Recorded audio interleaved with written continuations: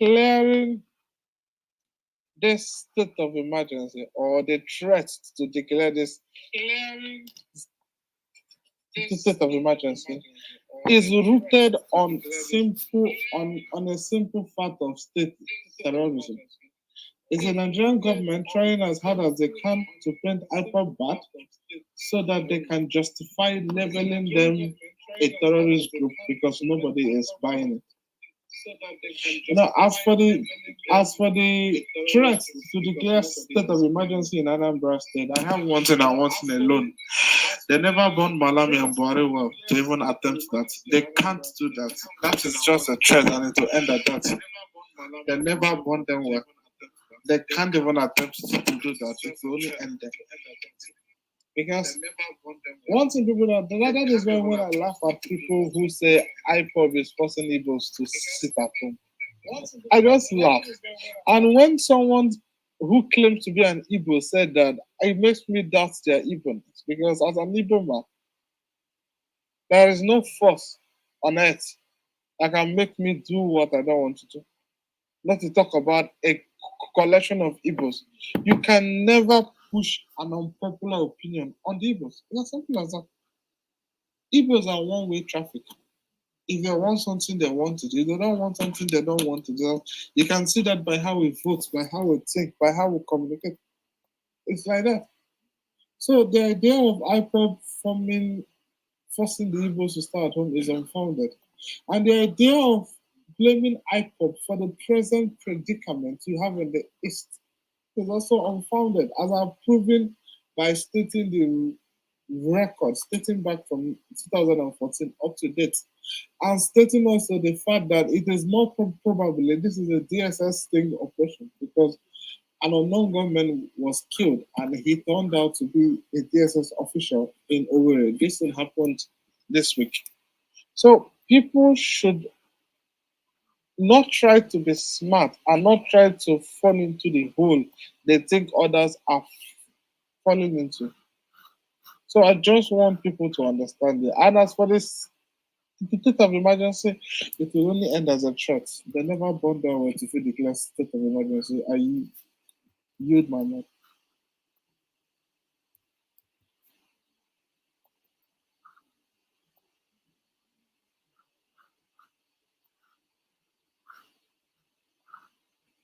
Olafode, are you here? Can you go on with the queue? I will. Okay, Jonathan, please go ahead. Thank you, Olafode. Good evening to everyone. Nice and cardinals. The next person on this. Go ahead. Yes, can you not hear me? Yes, I can hear you. Go ahead. All right. So on this matter, as most of the speakers before me have mentioned, it's very shady what the government is doing. There is nothing honest about this, what we are seeing from the government side. I know the southern part of Nigeria, especially the east, southeastern, and the south, they are not as hierarchical as the north. You won't tell Igbo youths or youths in rivers to just that woman they will listen to you. Who are you? Right? If the entire society is not sympathetic to what you are doing. If this had started maybe some miscreants say sit at home. They said it once they carry out some violence and the people don't want it. You don't have the blessings of the chiefs. You don't have the blessings of our societies around there are bottom up. And if the people don't want it, like in the community where I live, yeah, some people wanted to do cult groups wanted to do such things, right? And the community did not bless them. It's the community that invited the government in and gave them out. So it doesn't work that way that IVP will say. Hold on, please. At home. Jonathan, hold on, please. Hold on a bit. Hold on 1 minute. Okay, so this one is about to get spicy because it's about to be live streamed. I need to announce it. Now, if you are not comfortable for your voice to be on this like live streamed, please step down from the stage. We would assume that you actually gave permission to us if you are still on this stage, right? We would assume that you're okay with you being live streamed, your submission being live streamed if you're still on this stage. That's it. We're about to start. 2 minutes. And Jonathan, I shall begin with you. Tolani, are you ready? Yes, I'm here. Have you got the Constitution ready? Because I know you wanted to talk about the Constitution. Yeah, but can I do that later on during the conversation? Yes, sure thing. If you're in the audience, you can please come up on stage and let me know when you're ready, Njenje. So, guys, if you want to follow this conversation or you want to share the link with your friends, family members, please do go to Njenje. I will send the link out on the group. If you want to join the Knights and Cardinals WhatsApp group, send me a back channel. And yeah, you send me a back channel with your number. I shall add you to the group. Ready. Okay. Thank you, Olabode. So, as I was saying, the communities around here, Igbo land and generally in the southern area of Nigeria, they are not that hierarchical that just one group, say IPOB, will come out and ask everyone to sit at home. People will sit at home, give up their economic activities, just like, so they said sit at home and people sit at home is because they are sympathetic to the cause. And the government cannot just come and brand the IPOB group as some illegitimate terrorist group organization or something. It's sad that they've successfully made us believe that first these attacks are carried out by IPOB. There is no clear investigative report that shows that the killings have been carried out by IPOB at all. So this is just how the tool of propaganda works. If you see it enough times with enough volume, keep repeating it to the people, eventually it becomes true. So they flood the information space, drown out every competing evidence to the contrary, and it eventually becomes true that IPOB is killing people. I don't think so. Now, there have been more killings by groups from the north, the Fulani groups and the unknown gunmen, which IPOB does not take responsibility for that. And the previous that spoke about a Biafra group that's claimed responsibility for the unknown gunmen attacks. Well, that's one group. They claim responsibility after the fact, after a while, right? These things have been going on. And then they suddenly spring up and they claim responsibility. They are a fringe group. They are not even the legitimate people. They are just one and they came up later. It's not clear how they are actually responsible, right? Someone has already pointed out there's a video going out currently, it's online on YouTube, showing that an unknown gunman that was killed in a shootout was actually came up later. This technique is a standard subversion method that governments use to quell movements and threaten them. They did it during NSAS. Before the end of the first week, we already saw criminals being recruited from the streets, paid to harass protesters and do all sorts of things. So this is not new. It's what the government does. And it's going to be a surprise to me. It turns out that it's the government that's been carrying out all of these things. Also, after NSAS, in about November last year, in the south and the river states, the Igbo community was totally decimated. People couldn't go out, people were being killed, taken out of their houses.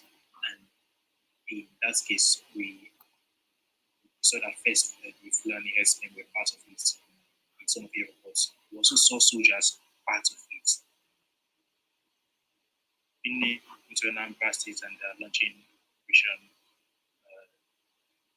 whatever done, new dawn, whatever it is. I don't know what's done.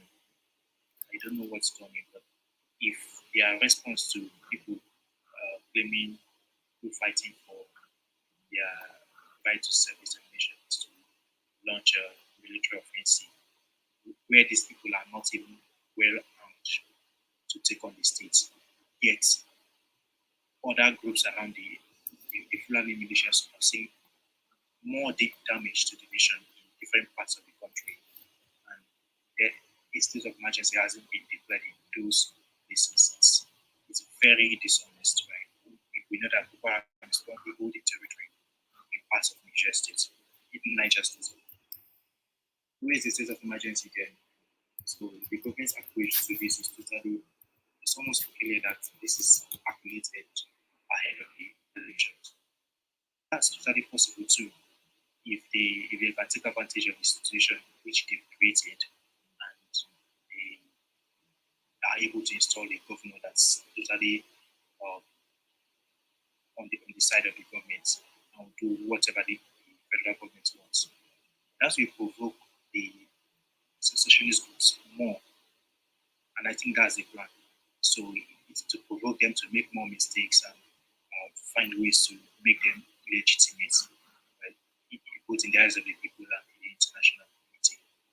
Recently, there was a security summit in Cameroon, and the government was they spoke about Nigerian secessionist groups being partners with secessionist groups in Anglophone Cameroon around the southern parts of Cameroon.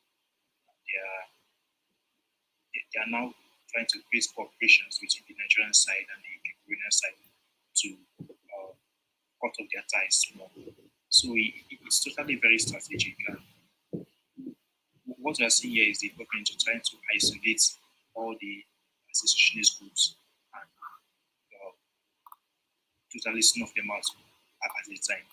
It is not about security. How the government already knows right now that they have a responsibility to secure lives and property. How about the lives and property that have been lost all around the country? And it doesn't no matter. They get to choose when securing lives and property is their responsibility, and when it's not. I don't get what the government is saying. This is total nonsense. The state of emergency that it's just strategic for the elections. There's nothing about national security here. It's not there's nothing about national security about this. It's all about the elections. Thank you. I'll leave it at that. All right, thank you very much. Tonali, are you there? Okay, let's go to CL. CL, are you there? I'm here, but you can take CL. Okay, that's fine. All right, CL. Okay, Mazi, are you there? Pontius Pilates. It would seem everyone is quiet. Are you guys done with this conversation? I'm here, dude. Sorry. Yeah, do you want to speak? Yeah. All right, please go on. All right. So, I would like to begin by saying that in a struggle, emotions are not a strategy. So, I'll respond to Smokey when he said that when he was small, if he goes up against his big sister, the mother will come and beat him. Not because he's wrong, but then it becomes wrong to just take yourself into where you'll be beaten blue and black. So you should have learned something from your mom. And if you didn't learn it, let me just tell you the lesson there. If you go up against the government in today, you will be the small boy and the government will be your sister. You will still be beaten blue and black. You may be right. You may be marginalized. You may have been killed. But the fact on ground is, if you go up against the government, the lesson you didn't learn from your mom, you will relearn it again. The people who fought this war, there's a live video of Ojukwu, and I'm sure everybody has listened to it, who said there is no need for another war. And if we go for another war, it means those who died in the first one died for nothing, because the lessons must not have been learned. This is from Ojukwu. I don't know if any of us loves Biafra more. I don't know if any of us has fought for the Biafra. He fought for the Biafra, and these are the words he said. Now, let me remind you something, that emotionally you can feel you are right, but the thing is, as it was in 1967, so it is today. They have the Air Force, Biafra does not have. They have the Navy, Biafra does not have. They have a standing, well-trained military with tanks. You do not have. And the worst of all is that they can blockade you because you are landlocked, the same way they could blockade you decades ago. And then they will have access to international support and finance, which you won't have. In reality, not one single military variable that made you lose that war has changed. Not one. There is no advantage they had over you years ago that they don't have over you, even better now. All right. So you need to take away.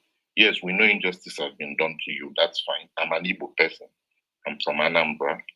But what I'm saying is that emotion is not a strategy. Now, I am not, I am on this matter, I really stand nowhere. I believe that solution can be gotten peacefully, and it can also be gotten by violence. What I don't like is for people who are not yet ready for violence to be grandstanding. As long as I'm concerned, everything you do in the Southeast is grandstand. You're not ready for what you're asking for. If you were ready for it, I will put in my support. All right. So the thing is, if you look all over the world, you see even in Nigeria, we have an example that we can follow. There were people that came up peacefully to talk about Niger Delta, Ken Sarowiwaden, and they were hanged in broad daylight. So another set of youths, generations later, woke up and said, we will go face to face against the federal government because our place is being polluted. We need benefits. But those people did not grandstand. The level of weapon they had when they finally called for amnesty, colonels in Nigeria Army were shocked. Jaws were open.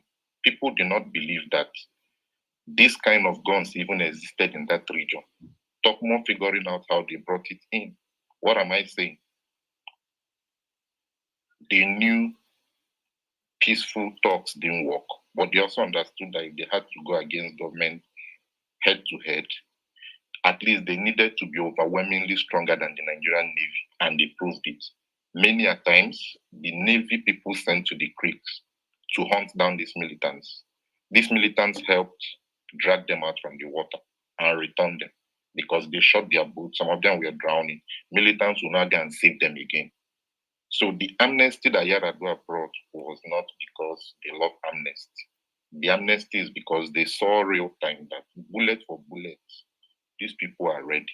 They armed up before they came to talk. They didn't start talking and then later start looking for arms. All right. So if you want dialogue, you go dialogue, full throttle. If you want violence, you can't be preaching violence when me and you know you are not ready. It's called grandstanding. Now, if I'm to go down into the real thing, I hear everybody keep saying, well, this is not IPOP.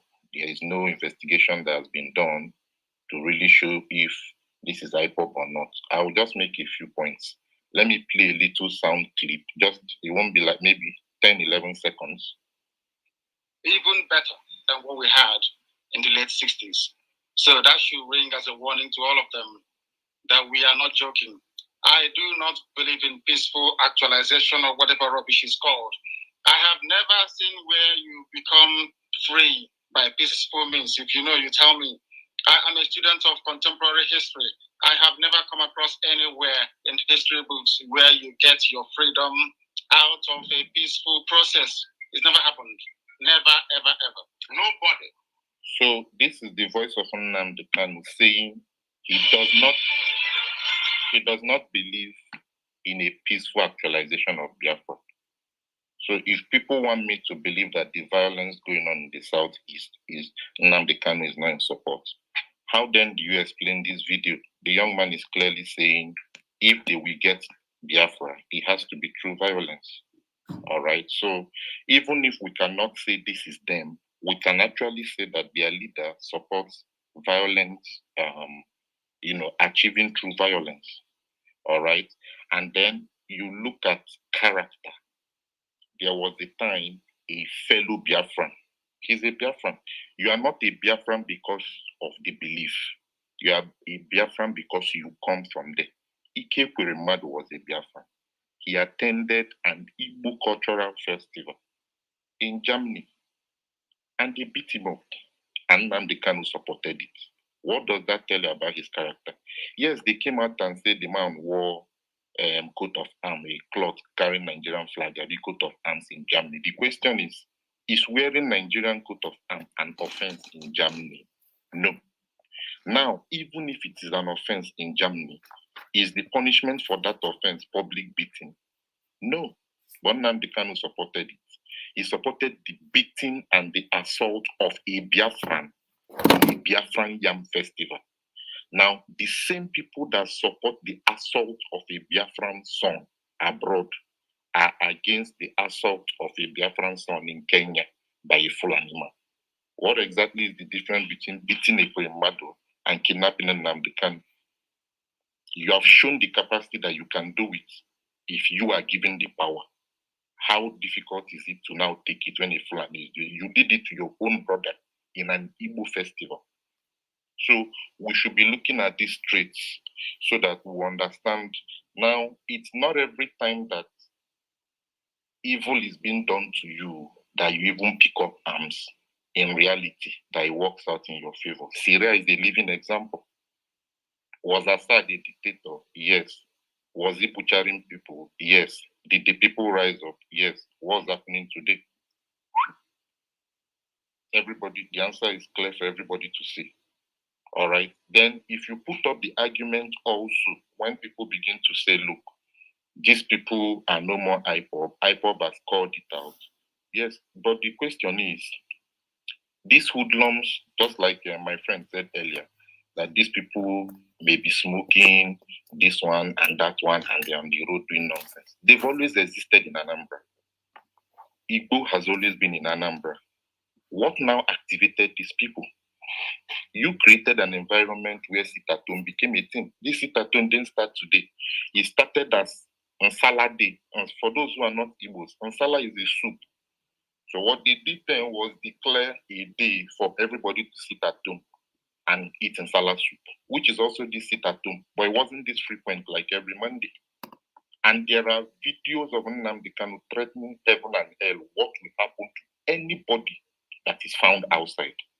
You don't make that kind of threat if you don't have guns to enforce what you're saying, or if you're not in support of other hoodlums to enforce what you are saying. There are videos of it, there are many. All right. So there are even videos of some guy, I think he was on Channels TV, saying that the sit at home will not happen. Nnamdi Kanu made a video to say, when you are done talking on TV, on ground on Anambra, come outside. Let's see if you will go back home with your head. These things are there in the open. Everybody's seeing it. You look at what happened in the NSAS when hoodlums now took over. I'm not blaming NSAS people, but all I'm saying is that those hoodlums have always been in Lagos. Those bosses they burnt have always been in Lagos. Those policemen that they went to kill that they hated have always been in Lagos. It took an activity to activate everything. Those prisons have always been in Bini. Hoodlums have always been in Bini. It took a protest for them to move into those prisons. Those palliative warehouses have always been there. People knew where those palliative houses were. But it took a process, it took a protest to activate all these things. So if there are hoodlums in Anambra and they've been smoking Igbo all this while, you need to ask yourself, what activated them now? And how do you want us to actually believe that, okay, you were the one that started the sit at home. Now you are saying it's not you, but you are threatening to close down the whole region for 1 month. How do you close down the region for 1 month if you don't have guns? And if you are coming out on TV to say, this sit at home, we are not in support, but you are turning around to say, we are not in support of Monday sit at home, but we are in support of 1 month sit at home. We don't understand. Some of us are not stupid. How can somebody say, we are no more longer ordering the Monday sit at home, our hands are not there, but we are ordering 1 month? If everybody has come to the conclusion that it is because of this sit at home that hoodlums have now come and they are doing menace every Monday, what if you impose a 1 month? What you want those hoodlums to do is to have a 1 month rampage. Right now, their rampage is limited to Mondays, but you now want to give them a whole month to rampage you, even before the election time will come. So emotions are not a strategy. You need to have a clear cut. The days of those sit at home, what exactly do you do? If there was a Monday sit at home and there are Biafra videos being played and people in the Biafra land are being educated on what happened and where we are going and how we, but just saying people should sit at home, it's counterproductive. All right. So in short, let me just summarize what I'm just trying to say. Look, there is peace, there is violence. Clearly, you cannot afford one. You are not ready for the other side. You can't afford it. There is the option of talking. All right. But this issue of grandstanding that, look, they are dealing with us, so we have to do this. The truth is that, look, no matter how much they deal with you now, it's just like when you come out and say police have been killing us. Okay, right now, hoodlums are killing people. So how exactly has your action led to the safety of lives? You've only changed the killing from SARS people killing to the hoodlums you are denying. But at the end of the day, are Biafrans being killed? They are being killed. But those police people never stopped students from writing WAEC. Those police people never created an atmosphere where if you were carrying spare parts and you are passing Igbo land on Monday to be bumped. What you are saying the government did. Well, now that the region is in your control, people's spare parts are being bumped. Schools where people went to WAEC are being threatened. The police never did that.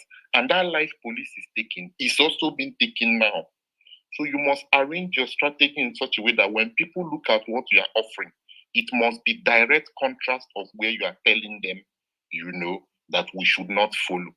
But you can't tell them that let's not follow government because we are killing us. And your strategy is also leading to loss of life. People won't be able to understand the difference. I believe it looks like my time is up, so I'll yield the mic.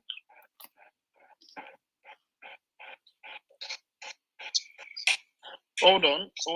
I do know that people would want to respond to you.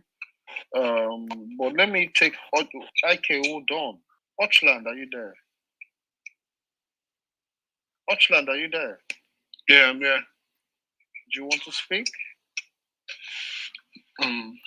I've just been up and on. What I want to say is this. It's kind of well, I say amazing or unfortunate that people do not see what is actually, that people do not understand what is actually happening, because it's glaring that it's so glaring where the arrows and the shots and the dynamics are all coming from. Because first of all, if a particular section is labeled terrorists or labeled whatever group name it is, firstly I want to make this I want to make this known that I do not belong to any group and I do not support any group. But I just want to say it as it is. And that is the truth. And the truth is, if any group is coming out to kidnap anybody, to kill anybody, in the name of that group, then they also are to come out and claim that this is done by us.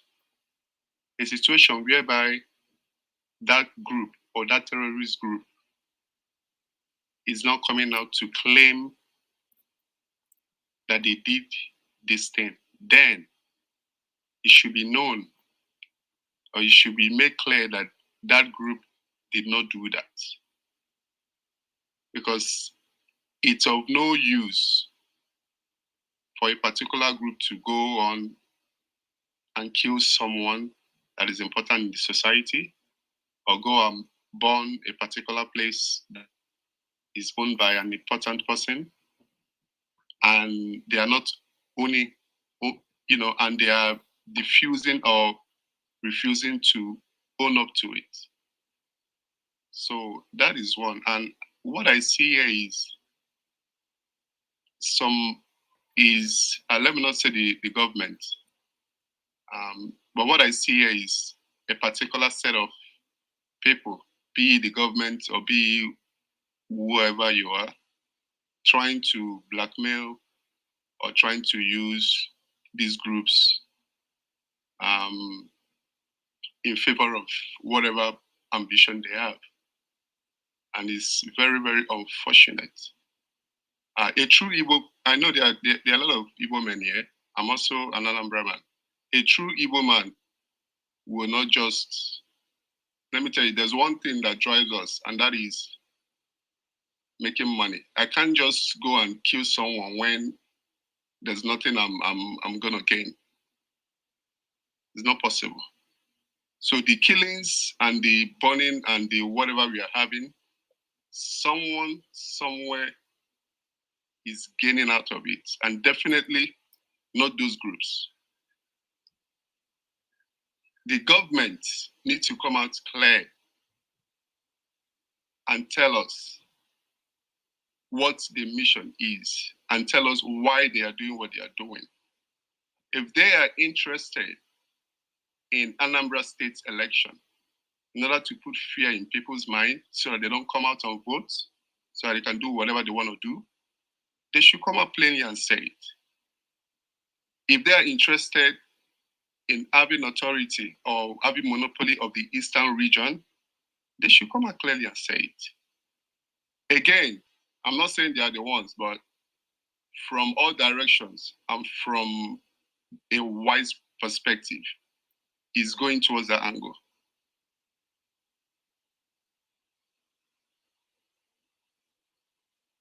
It's just very unfortunate that they are trying to, use those groups. They're trying to, make people have a wrong narrative about those groups. Yes, Nnamdi Kanu made his own mistake. There are certain statements you don't make. There are certain words you don't use. There are certain statements you don't just come out in public and you open your mouth and you say, because it's gonna backfire back to you, even when you don't do, even when the group is not the ones to be held accountable. Those statements you made is going to stand against you, and that is where I found him. I find them wanting. That is why I find them wanting, because now they're going to go back to play some of these tapes and say, okay, look at what you say, look, but the truth still remains. And the truth still remains that those who are involved with all these attacks in the East are not IPOB, they are not Mazur. Those who are involved are all doing this for political reasons, and for them to have, to have control over the eastern region of Nigeria. And I will employ all of us. I will employ all of us to be wise in understanding what is going on, because it's so glaring. It's so glaring, and it's quite unfortunate that that is happening to us. I'll stop here. Thank you. All right, thank you very much for submission. IK, I know you wanted to respond earlier on, so you have the floor now. Thank you. So it's kind of the first thing I want to say is kind of regurgitating what I've been saying. I said it before now, and I'll keep saying it. IPOB must demilitarize. I support the formation of ESN to work in the bushes and say people data and make a statement, right? But as soon as the Nigerian army came in, I kept saying it was time to demilitarize. Everything is you don't just go all out without like you don't fight all the time. I agree, right? But saying you don't fight for your right is entirely wrong. You don't fight all the time. But at that point of military attack, which was dumbfounding, like it's an example of what happened early this week. People were encroaching people's farms, their own farms, inheritance, and they drove them out. Then soldiers came attacking them. The same thing we know what happened at, was it? I can't remember now, where the herdsmen came killing people in a town. They left back to the bushes. Igbo went to the bush. He didn't even carry gun there. The soldiers went and blocked him from entering the bush. Anytime there's anything from these people killing people, and you try to defend yourself, the Nigerian army will come. But at that point, you are not stronger than the state. You cannot be stronger than the state at this point. So the best thing to do is to demilitarize. Because when you keep arming yourself against the state, it will turn into another thing. No country will hear that and support you, no matter what that is. So at that point, it is the best interest of people to demilitarize. That's it. Then yes, I agree also. Like what I said, if IPOB had demilitarized, maybe the government or these people doing this thing now might not have done it up to this extent. Yes. So I think it should have been a guerrilla kind of war. You don't come all out, even show people on video what you're doing. No, you don't have to do all those things. Right? I have a lot of things why I don't support. Yes, Nnamdi Kanu, I won't lie to you. He has said a lot of things that are true, but there are things about him I do not support, especially his processes towards the end. But his end I agree with, but the processes towards that end, most of them I don't agree with. Then, so that if I pop, and I want to ask a question here. Anambra has not been a hotbed, quote and unquote, for IPOB recently until this election period. So why is that? Why is that? But I wouldn't also say that IPOB does not have a hand in this, because I don't know. But I want to respond to Mr. Pontus.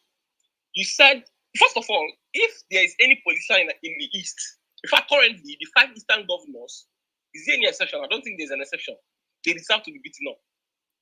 Yes, quote me anywhere. The 5 Eastern governors today deserve to be beaten up. See, don't come with this if you support beating up. People steal people from people, don't protect people, do a lot of things evil, and you say they shouldn't beat them up. Are you an Igbo man? In the old Igbo towns, you don't do right things, you got beaten up. You get beaten up. Be you who? If you're a king, you get banished, and you commit crimes, you get banished from the land. Yes. If you don't know, let me give you Igbo history. There's what they call Umuada. If you're a man and you maltreat your wife, and your wife takes your case to Umuada, Umuada can come and beat you up in your compound. Anybody, be you there, and you do wrong, and you hit your wife, and you maltreat your wife, and she comes out and speaks to Umuada. Umuada will come to your compound, beat you up. In fact, let me tell you, they will shit in your compound, they will mess your compound, they will beat you up. So if you as a statesman, you're not doing your job well, my brother, they should beat you up. It is not violence. Call it anything you like. It is this nonsense that what are we saying? If somebody is corrupt, he should go to jail and pay for it. It's not being sentimental or emotional. If somebody is doing something wrong and the judge cannot do anything about it, the state cannot do it, people should rise. There's nothing wrong with people rising. Now you come with you're giving us Syria, bros. Did America not rise against Japan when they bombed and what was it called? When they bombed their navy artillery. Did Britain not come up? Didn't rise up against Germany? Did South Africa not rise against apartheid? What are you saying? Did you know what happened in South Africa? So if you're giving me one city, I can give you 1,001 countries that rose up. How did the Roman Empire crash? Everybody, oppressors rise up against the oppressed. It happens everywhere. So you don't come and gaslight people. How can you compare Kwemadu beating up in Germany to a guy that was kidnapped and beaten up kidnapped and beaten up? You can't compare such scenarios, right? You can't. I'm not against, honestly, like I said, there are things I'm not against. Right? Yes, beating up a Kwemadu, yes, he might be wrong. But for me, it's not just about a Kwemadu. Every Igbo leader that is messing up, that is corrupt, embezzling money, they deserve a beating. They deserve a beating, thorough beating. How can you go and you steal billions, people are hungry, people are dying, and you steal billions? And you deserve a beat up. You go to the house, you collect money, you buy new cars every day, you don't even patronize IBM, you deserve a beat up, serious beat up. Don't come here and gaslight people telling me, okay, you even mentioned NSAS. It's a shame, bro. This is a shame. So NSAS is the reason why hoodlums bombs Lagos State buses. Bro, what are we saying? So police are killing people, they don't have a right to protest. You're not saying that people should not talk and speak. Now you say, we should talk. Did NSAS not talk? You said we should talk, we should not be violent. Was NSAS violent? People that donated monies and came and were cooking on the street and feeding people free of charge and there was no violence. Please, I want to ask you a question. I don't know. I wouldn't know. I don't know. But I never had any case of rape during the peaceful protest at NSAS. I don't know. But in this world, I've never heard of any peaceful protest as peaceful as that NSAS protest, especially in Lekki Toll Gate. But still, what did the government do? Send soldiers there to go and shoot people. Were those guys armed? No. So you come here telling us NSAS that even people, if there was a situation, people should not loot their palliative. Is it not their own? Bros, is it not their own? What? Sorry, maybe I'm shouting. I don't know. Maybe if I'm shouting, sorry, but maybe that's my voice. I'm not being too emotional here, but you make things sound so, uncalled for. People looting palliative. What, my brother? So they should leave it there. That things that were even spoiling. You saw videos of Gary spoiling. These monies, see, bro, these monies was not from federal government too. It was not from the coffers of federal. These are monies donated by companies. Bros, my money was there. People's money were there. We donated those monies to government, and government bought all those things and kept them. What are we saying? And you say we should not go and loot them? Bro, people should loot it. You come here telling us there's a situation. Yes, agreed that yes, IPOB has done this and they must stop it. But the way you're pushing this thing makes no sense. Like you're saying, yes, IPOB. Bro, even Dorakli that was killed, the husband, I don't. In fact, if like the action I think I will is not. I think I'll even call out IPOB on his Joey Bokwe's house getting bombed. I'll say yes, that this man yes is a threat to IPOB, and his house getting bombed. I'll say honestly, if I'm the judge, I'll tell you 90 to 100% IPOB did that. I don't know, but if you ask me, I'll say IPOB did that. Yes, and then whoever did that should be punished. I don't see Joey Bokwe is not a governor in Anambra State. He's not touching Anambra State money, so I don't think that nobody should do anything to him. Right? He has his opinion. Yes, he's speaking gibberish, but his opinion, and that it should end there. Right? But this man has nothing to do with IPOB. This guy was not even the first person killed. There was another guy that was killed. One CEO like that. These guys they are not threat to IPOB. You're talking about sit at home. Do you know that at Oba, the electrical market at Oba, they did sit at home on a Monday, and the Nigerian soldiers went there and kept them from opening their shop for 1 week. 1 week. And you come here and you talk these things. I don't understand. Why would you say all these things? Even mentioning NSAS, that people were killed, unarmed youths were killed, small boys, small girls were killed. And you come here talking this thing. I don't understand. Do we even have feelings at all? Is this that this country has depraved our minds? That we say the truth, we don't speak to it? That will bring up useless analogies. Look at the analogies you're giving. Look at the analogies. That oppressed should not stand up against the oppressors. You give us Syria. Mention the whole world, people who have stood up against oppression. Are they in Syria the only example you have? The World War I, the World War II. Everywhere in the world, the oppressed stand up to the oppressors. And yes, there's nothing wrong with that. You will. It is a duty, it is a role for you to stand up to your rights. You're mentioning police kill. Do you know how many people that were killed in Okuzu? In that Okuzu? Do you know how many souls that were dying in Okija waters? Do you know how many things that happened there? Are you aware? That's not to say if ESN or IPOB, in fact, if anybody has been caught doing this, the person should pay for it. Killing anybody, the person should pay for it. Be you IPOB, be you anybody. Like I said, I have some things against him now. Yes, I do. Definitely. I don't like the way he talks. Honestly, trust me, I don't like it. His process is, man, I don't like it. But then, it's not that what we are talking about here means it is wrong. People should stand up for their rights. They should. It is a responsibility. It's a duty. Let me even tell you, bro. If an American soldier is given an authority to do something against the state, as a duty to his own state, to stand up against such order. Look at what happened during Trump. Trump gave the soldiers order. He gave them order, but they stood down because they don't owe Trump an honor. They owe their state a duty, and the duty of the state. See, bro, forget all these things people are saying. Nigeria. If you're here claiming one Nigeria or claiming Nigeria any bullshit, sorry for saying Nigeria is not bullshit anyway. Sorry. But if you're claiming Nigerian or anything Nigerian and you're supporting the killing of innocent persons, you don't. I mean, you're not a Nigerian. You're not a patriot. And you see people dying and you see the wrong things and you don't see. You're not a patriot. You're not Nigerian. Thank you. Thank you. Smokey, I know you wanted to respond to, so please go ahead.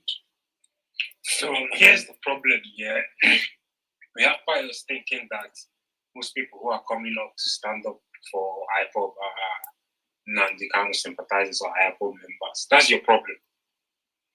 But because you have a problem with IPOB or you have a problem with the way he talks or you have a problem with something, yes, a lot of people will tell you they have various problems with him, numerous ones. But this is the difference between me and you.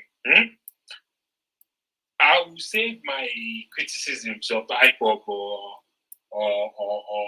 Nnamdi Kanu to when I go back and I'm talking with my Igbo brothers. That is where I'll whip him out and I'll flog him. Not on the platform. Not on the platform not on the platform where everybody's listening. Why? Because I know that the Nigerian government that we have are mad, they are crazy, and they are psychotic. What you have just done, Pius, is just stand up as an Igbo man and grant clemency and legitimacy to this stupid fuckery that the federal government wants to do. Nobody is saying that IPOB hasn't messed up or they don't have their faults. You know that. Everybody accepts that. A lot of people do. The people who don't accept it that can't carry payment, members of IPOB, because they feel they have justified reasons to cry. And I'm not going to stand up and tell them, listen, you cannot cry, whatever. I'm not going to tell them how to cry, how they should raise their voices or how they should go about their agitation. And you have no right to tell anybody that. That's the fact. Because one, you are not in the thick of it with them, who are IPOB members. You were not there when their members were laid down in mud and rolled over. You were not there when their members were being killed for carrying flags. You were not there when the members were being massacred anyhow, like bushmeat. So you were not standing there chopping bullets with them. Now they have chopped bullets and chopped bullets, even when they went to Nnamdi Kanu's house and killed how many of them? Were you there? So what legitimacy do you have to tell these people, you don't go around doing this, you don't go around doing this for that? If they want to go up and fight the federal government, IPOB should go and fight the federal government. But the problem there is that the federal government that you have is a wicked Fulani government that does not understand the difference. Not every Igbo person is IPOB. There are Igbo people who, yes, we understand why IPOB is doing what they're doing, and we clearly get why they're doing what they're doing. But are we members, or are we going to go and carry their flag and start and drop? Do you see them us engaging the way they engage? No. Why? Because we have come to realize that these people, they did not start up wanting to fight the state. That is the point you fail to make when you make your entire submission.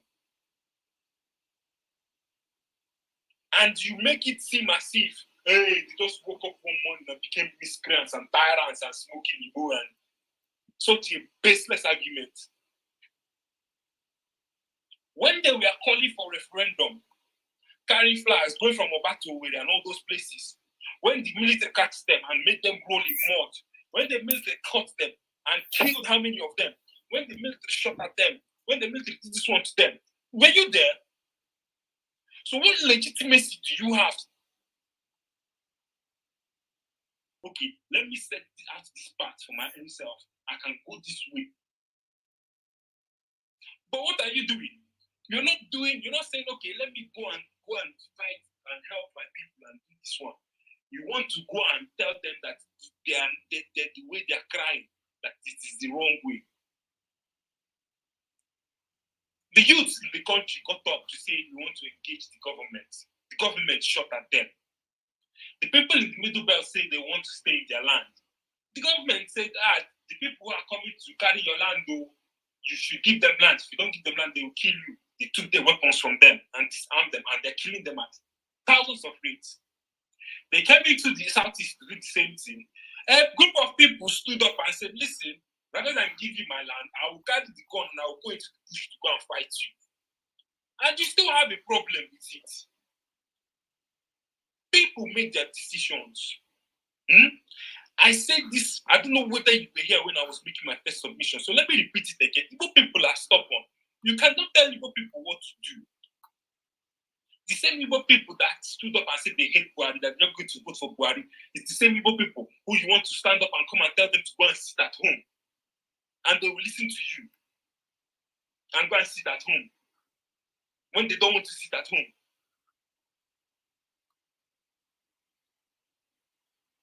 Could I give a rejoinder to that?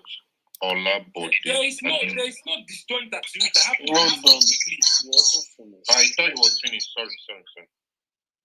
The people who are not ready to do what they want to do, they want to do it their own way. Allow them to do it their own way. Me, I know where my own problem is coming from. Because why? The Igbo people who are screaming for a reason. They carry the weapons that they carry. They only carried it for a reason. They didn't wake up one morning and say, we want to go and fight federal government. They decided to go and engage with the federal government.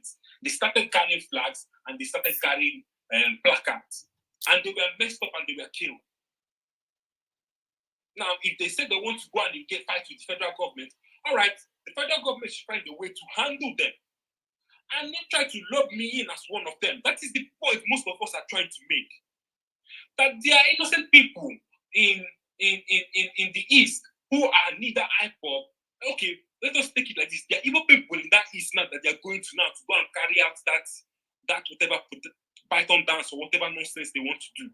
There are even people in that East now who support one Nigeria or who believe that Nigeria is better together than for us to break up. I have met people insecurity, not to fight against decisions themselves, but they just want to kill people. So every single excuse on the book, they want to use that to legitimize it. The Anambra chaos that is going on, like somebody rightly pointed out, Anambra was not a hotbed for these people. Okay, let us go back to the mere basics of it. Nigeria is the only country where a terrorist incident or a terrorist attack would happen, and the government will apportion who was responsible for that terrorist attack. Something happens, IPOB said we didn't do it. The government said, no, you did it. Boko Haram goes and bombs school and does whatever they do. Does the government say it's Boko Haram?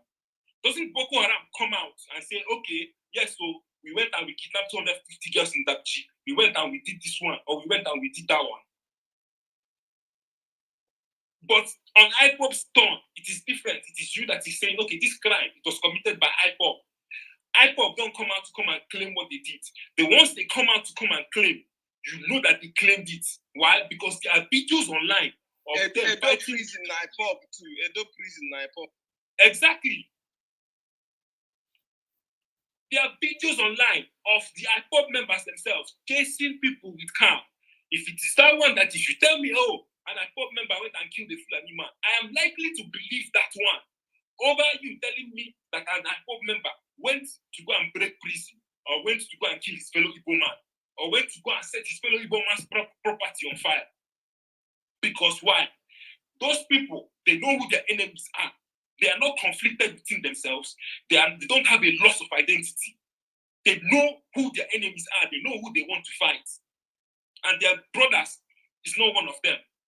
That is why when they do what they do, they boldly record it and they put it online for everybody to say, this is what we did though, so that you cannot come out and tag us the one we did not do. All over the world, terrorist organizations do something. And they are the ones to claim what they did, not governments telling them you did this one. It is only in Nigeria. And you don't ask yourself why the Nigerian government is always quick and has a hard on to say, hey, this one, okay, see what happened though, blah, blah, blah, blah, blah. It is IPOB. They broke prison, IPOB. Gulag died, IPOB. No investigation, no nothing. That was the first jumping and first conclusion. And then you still expect me to believe that, it is them doing it. When you can clearly see that the government have a hard on and they, whatever it is called, to want to tag people to certain things because they want to kill people. And you cannot clearly see it. And you say it's emotion. And you say, hey, don't go to the government's emotion. So all those people, okay, now go back and tell you, do you know the problem? The problem is that it has not come close to my family or close to my door. So I can keep on opening my mouth to say rubbish. When it gets to the point where somebody who you know has either been shot by a policeman or has either been shot by a Fulani man because of the madness that is going on in that country, I don't think you will come up to be trying to apportion blame. You will say, no, all this madness that is going on, it is your responsibility as the federal government to handle it first and foremost. Then it will be easy to get all these ragtag or whatever you want to call them, people who are smoking weed or whatever designates you want to put on them. Then you can get them in line. But how do you then come up first of all and start apportioning which crime, which country does, or which crime is to who, or who is committing which crime? And you expect everybody to just remove their brains, remove their senses, and have selective amnesia like you and just follow you. I yield the mic. All right, thank you. Paul, are you there? Alabode, wouldn't it be fair if I gave a rejoinder? Hold on. All right. Paul, are you there? All right. Okay. Pontus. All right.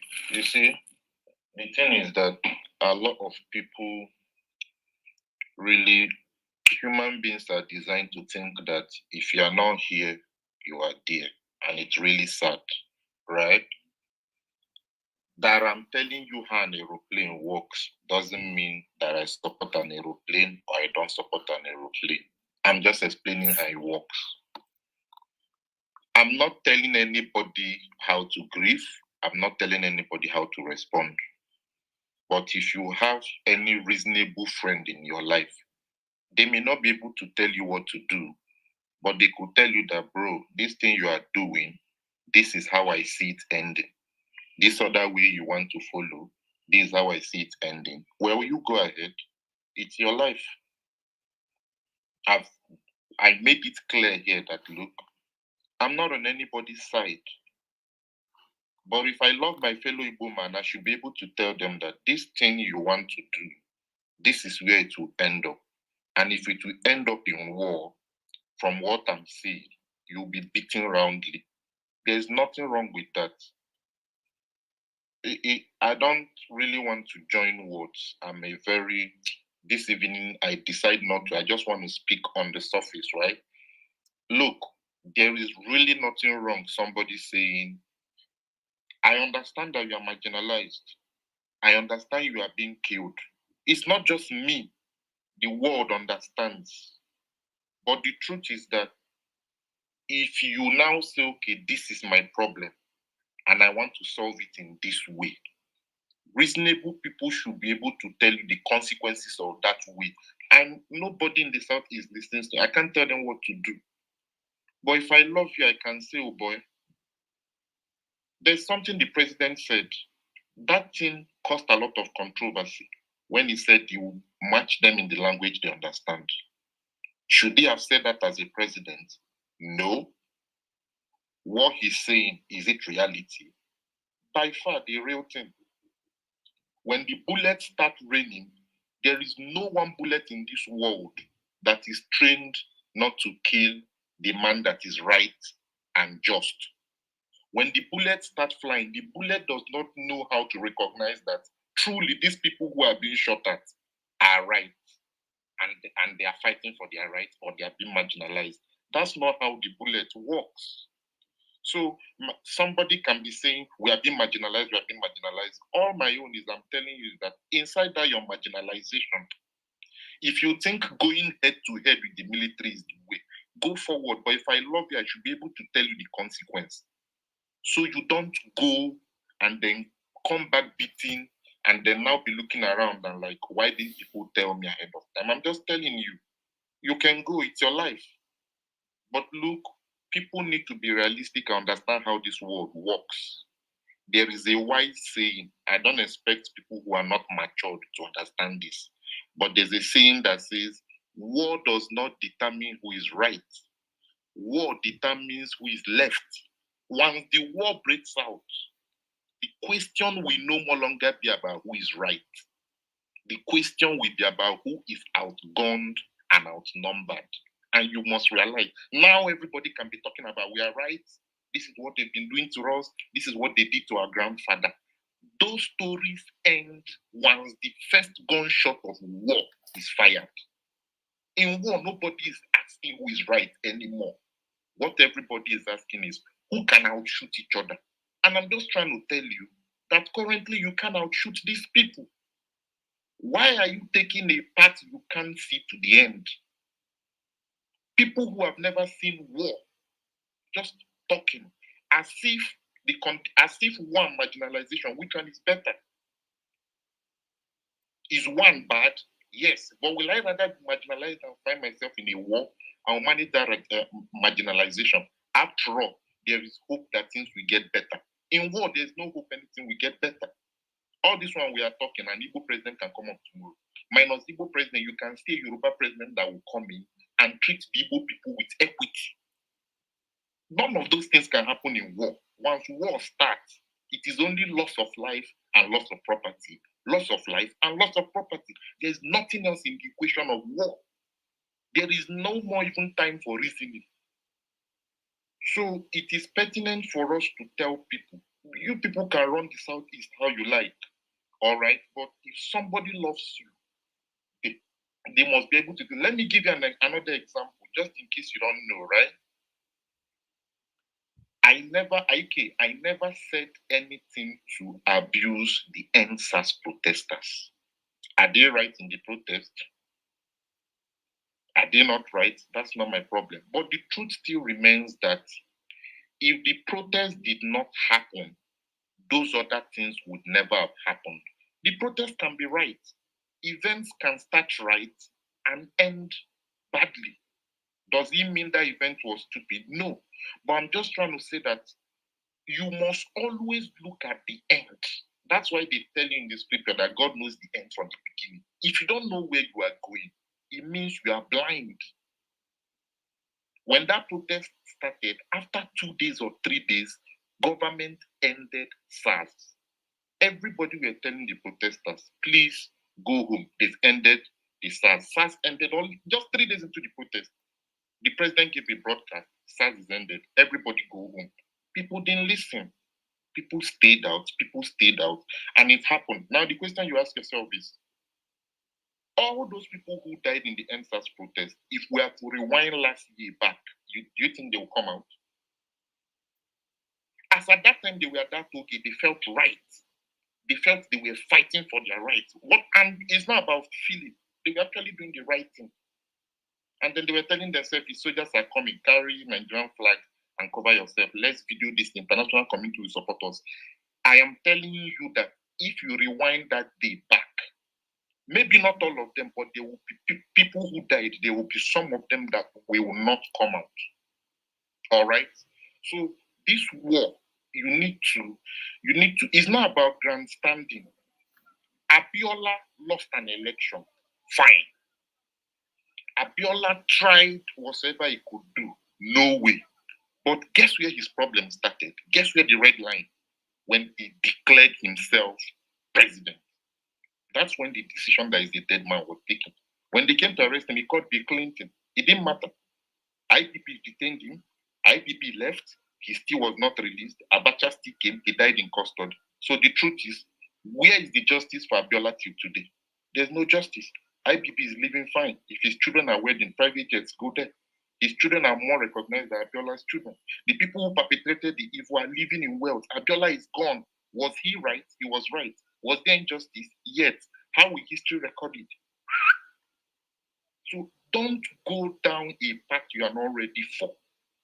Maybe if Abiola didn't declare himself president and IPP left, Abiola may have been president again. But even if he was never a president, he would have still been alive to contribute his quota. But he crossed the line. Pope came here because of him. Pope came because of Abiola. They didn't release him. Once you declare yourself a president and a president is it's a death sentence. So people, it is my job to tell my fellow Biafrans what you are stepping into. You cannot, because somebody annoyed you, go and step on a landmine. It doesn't work. I know we are being marginal. Look, the car I drive in Abuja, I can't take it to the east. I know how bad the roads are.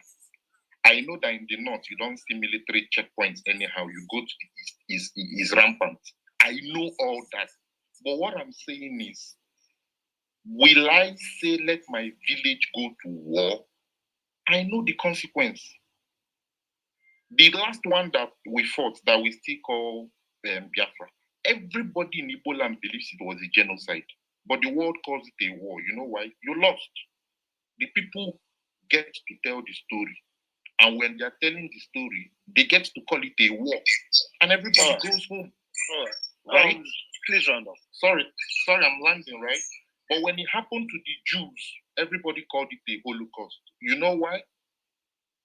Because their allies, the Americans, won the war. Now they have the right to call it a Holocaust. But you lost. And it's called a war. Nobody calls it the Biafran genocide. Maybe you can call it in Southeast.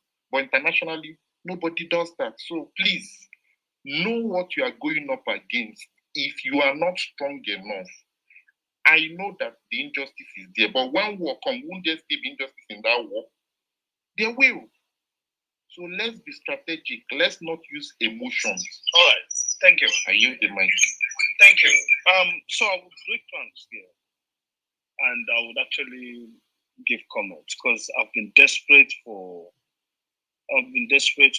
someone to come and take over the moderator badge, but it's quite interesting. Like, yeah, we're having some. Well, anyways, but the thing is, you see, Pontius, sorry, I have a problem with a lot of the things you said. The first one, yes. The second one, you made it worse. Now, you see, this you said something that was very interesting. Oh, if we have two evils, yes, I know we are marginalized, I know how bad it is, but guess what? I will stick with my marginalization. Meaning, I'll choose to live like a slave and start begging God that one day I should see the light at the end of the tunnel. Well, Pochos, if everybody lived life like that, we probably would still be in chains by now. That's the first thing. At some point, some people must stand up and say, hey, this is not going to continue. The freedom, well, however relative you think it is, the freedom you enjoy today is built on some people's sweat and blood. And if they took your approach, right? Well, black people won't have any right in outside the country. Now, do I agree with IPOP? Do I not agree with IPOP? At this point, it's irrelevant. But the thing is, I find it problematic that you say not every struggle you carry arms for. Actually, the Constitution talks about security of lives and property. It talks about the right to defend yourself, if I'm correct. If you're a lawyer in this house, help me out. If I'm correct, the court talks about the right to defend yourself. Now, when you are being killed like chicken, it is only a natural response to fight back. It is normal. It is a human response. You don't watch your body power and then you just say, oh my God, because we don't want to offend people, let's keep open for a way of hope. That's I don't know what that is. That's not human instinct. It's flight or fight. So except you say people leave their land en masse, right, and seek safety somewhere else, the next natural response is fighting. Fighting for survival. Don't interrupt me. It's fighting for survival. It's normal. Now then you talk about the NSAS, and you see that was where my brain blew. Oh, the government ended SARS. Who said? Till date, the government has not ended SARS. What did they do? Every brand. Oh, we will not name it SARS again. We will name it SWAT. The people who were culpable, who people pointed fingers at, were not called to face justice. But you expect that the people will just say, oh no, yeah, thank you very much, federal government, for naming me SWAT, let's go home. What world do you think we live in? And the government was wrong by all accounts, even if those people had, even if all of their needs have been met. That didn't give the government any right to shoot those people at the toll gate. It didn't give them the right to shoot people in Mushi. It didn't give them the right to shoot people along Fadei. Or neither did it give them the right to shoot people in Ibadan. We can't keep cowering and saying, oh, yes, it will hurt us. We should. At some point, you expect people to fight. It's a fight for survival. So please, and I don't want us to even delve away too much from the topic. Let me let my opinion known on the topic. Now, federal government threatens state of emergency in Anambra State. Okay. State of emergency in Anambra is very interesting because the Northwest has been on fire. As in, like, of course, I'm not talking the Northeast now, the Northeast, some parts of the Northeast practically dead. But the Northwest has been on fire. Kaduna, Zamfara, some parts of Sokoto Hell, and I think Kebbi State, if I'm not mistaken, it's been on fire. They had to shut down telcos for things to happen. Guess what? They never declared a state of emergency. But the government finds it convenient now to declare state of emergency for elections, which is more important. Elections of people living their lives. So if the government was serious, a state of emergency should have been declared in Kaduna long ago when the people of southern Kaduna were killed.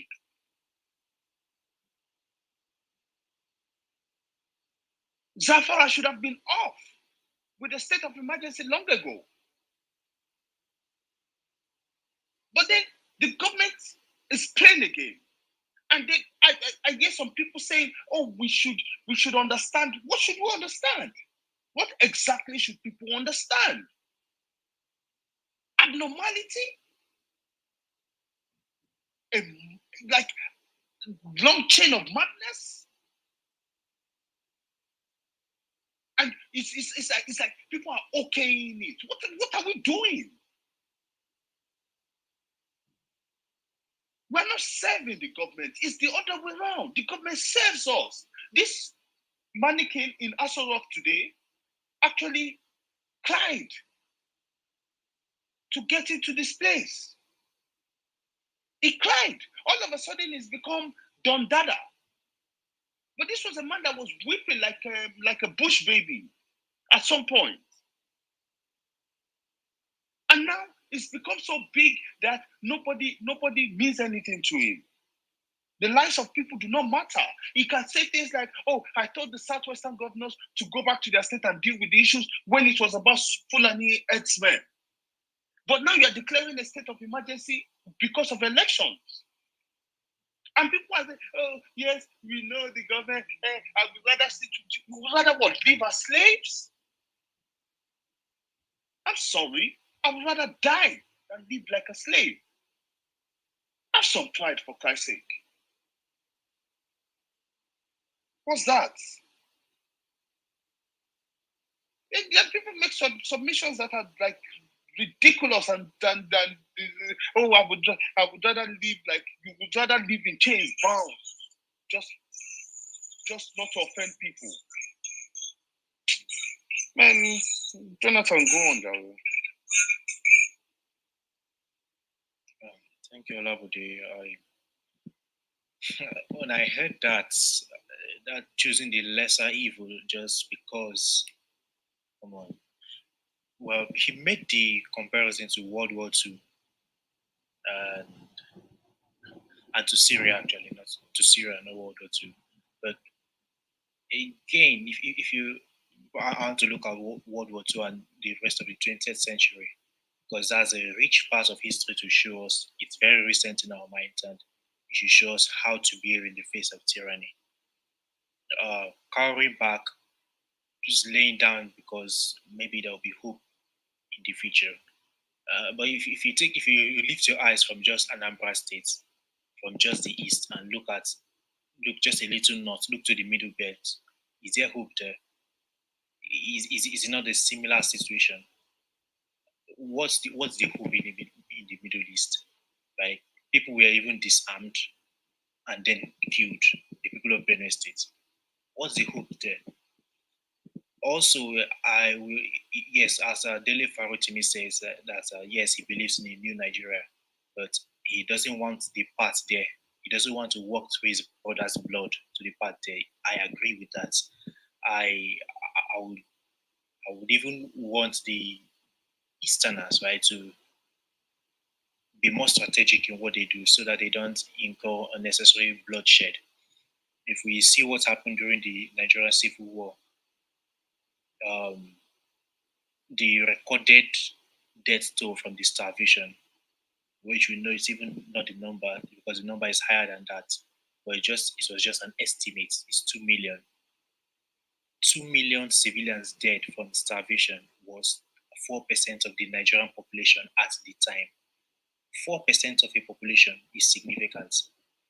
That's still fresh in our memory. It's just how many years ago, and it's enough for there was no apology issued to the Igbo people up to today, and they are still marginalized. It's enough for them to continue seeking their own independence. Add to that what's currently happening to them. I won't want to be politically correct and in the process trivialize what's happening to the Igbo people. That's something that I won't want to do. And the NSAS comment was personal to me because I fall into the demography that was targeted seriously by SARS, just because we're young, we're in tech, you just dress well. At some point, I had to start becoming very conscious of how I dress before going out, just to avoid SARS. We devised very creative ways to try to avoid these people. And just after that process, if I were in Lagos that day, I would be at Lekki Tollgate. It means that I probably would be a casualty, or there was a probability that if I was there, something would have happened to me as it happened to the others. So I guess what he's saying, but the protest was not the reason things went south. It was subversion.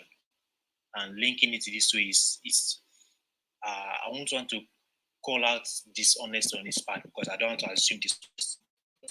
It's plain wrong, right? Just after this SARS protest, it wasn't long.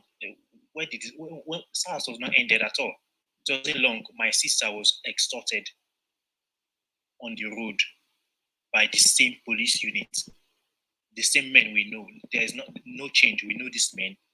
It's the same faces we've been seeing. So I don't know when he said 3 days into the protest, SARS has never been ended. They are alive. Recently, we've seen more police killings again. Right? So I just want to put that in the right behavior, the right thing to do in the face of tyranny is not just to cower and back down. France did not back down in World War II. Germany took over the land and oppressed them, really oppressed them.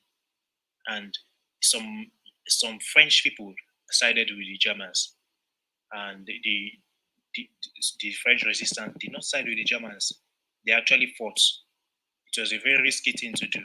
Yes, they moderated how they went about it. They did not go out to confront the Germans fully, right? They were very tactical until France was liberated.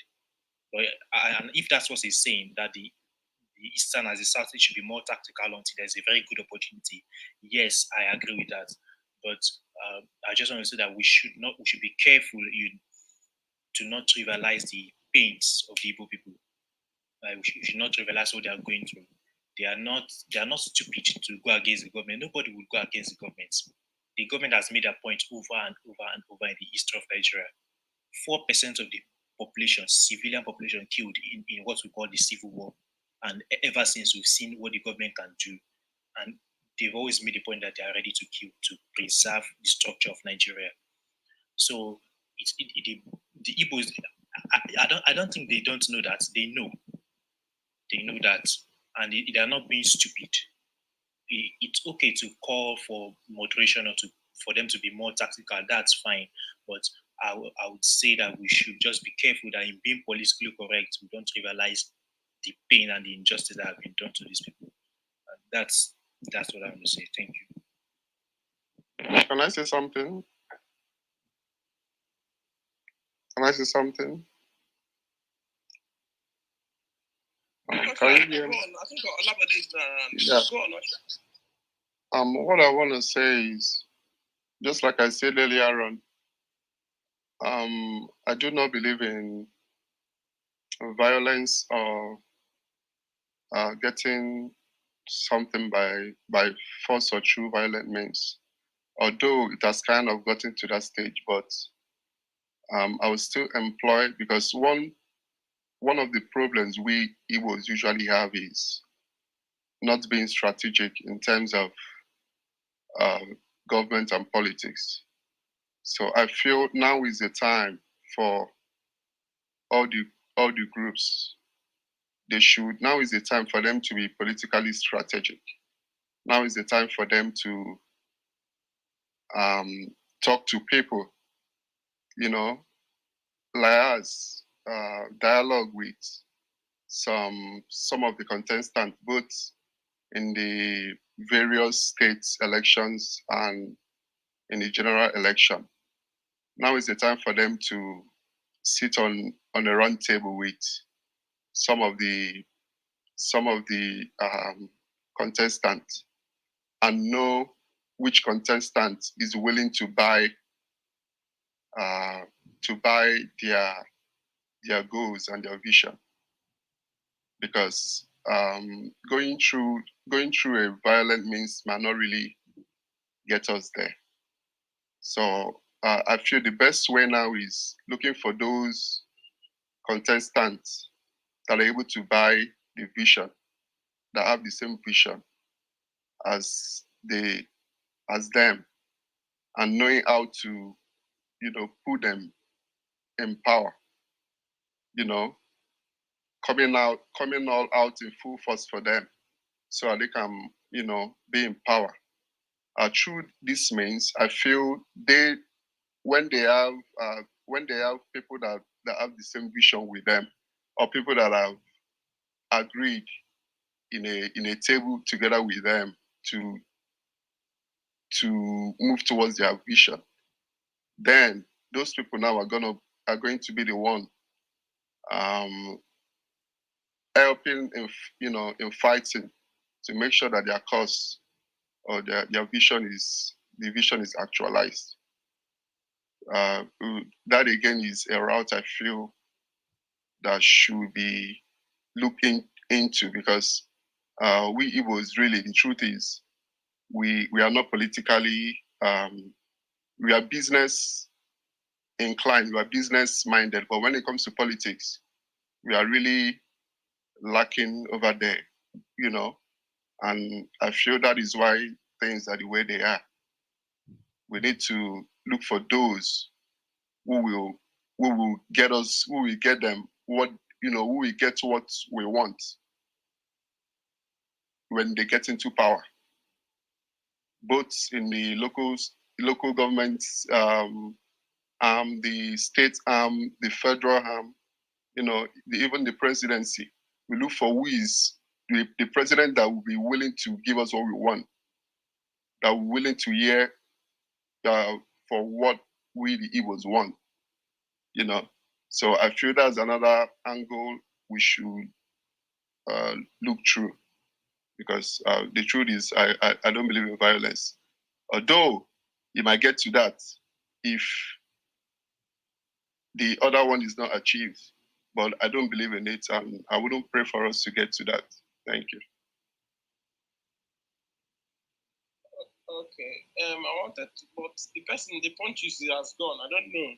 I wanted to say something that he said the Jews were allies to the US, and that's why, and well, because the ally of the Jews won, that's why they were saved.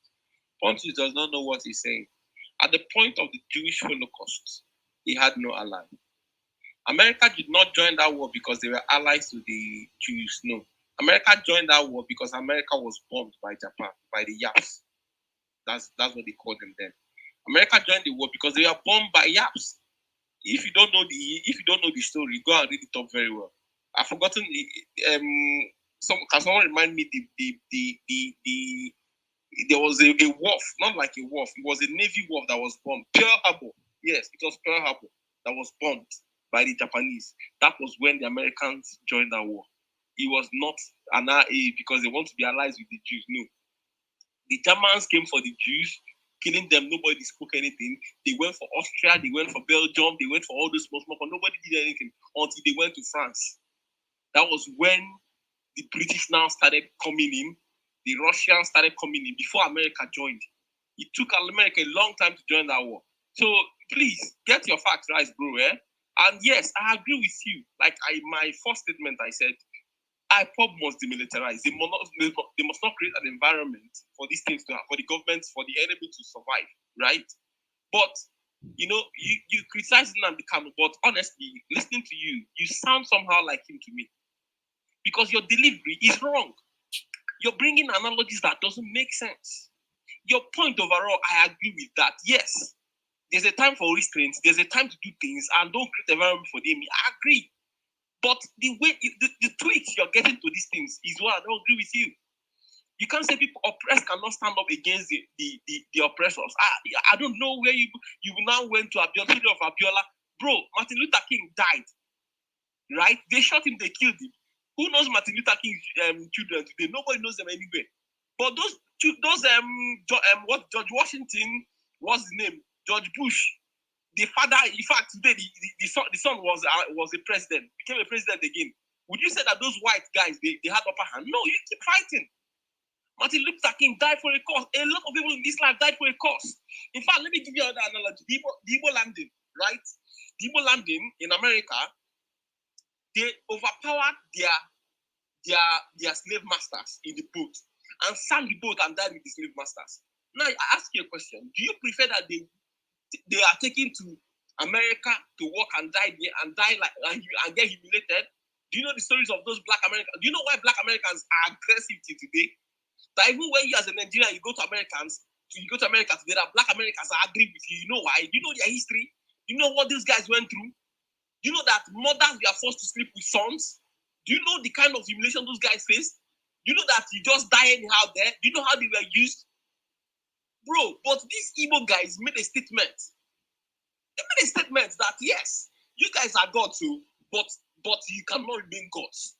That's a statement. So for the oppressed to come up and make statements and tell the oppressor that, bro, yes, you have upper hand, but don't think your life is sacrosanct. No.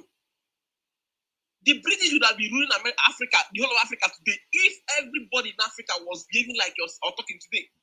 And don't think you're in Abuja, you're safe. Bro, if they start any onslaught today, bet me. Now you people wait there, they go start with you.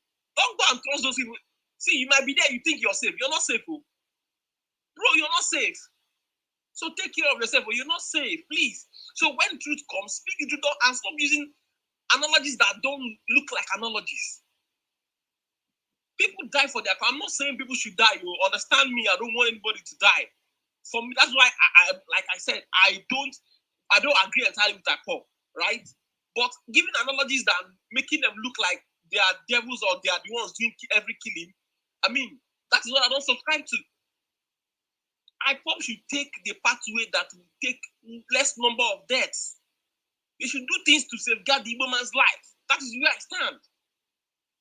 Yes, I agree with you on that. But bringing these analogies and telling me blah, blah, blah, blah, a lot of things, war, blah, blah, blah. Bro, I don't have anything else to tell you, but what I'm telling you is that the number of Igbos they will kill up north today, if anything starts, will be more than those that will be killed in Igbo land. Thank you.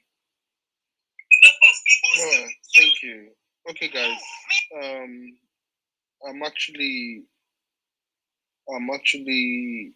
This has been live streamed, so go to Njenje's page. You can see like it's there now, right?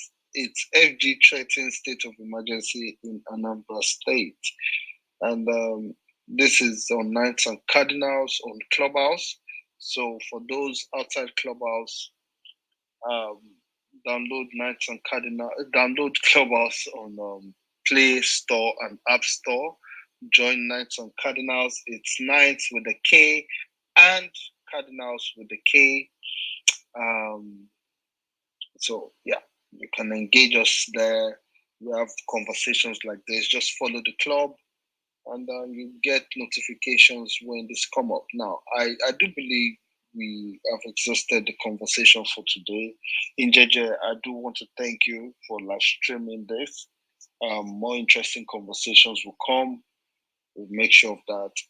We'll take it from here. Well, excuse me, guys. But for now, we'll have to call it a day and see you guys some other time. Thank you all for your contributions. For those in the audience who have been listening, I do appreciate, and we hope to catch you later. Cheers. Bye. Have a day. Good night.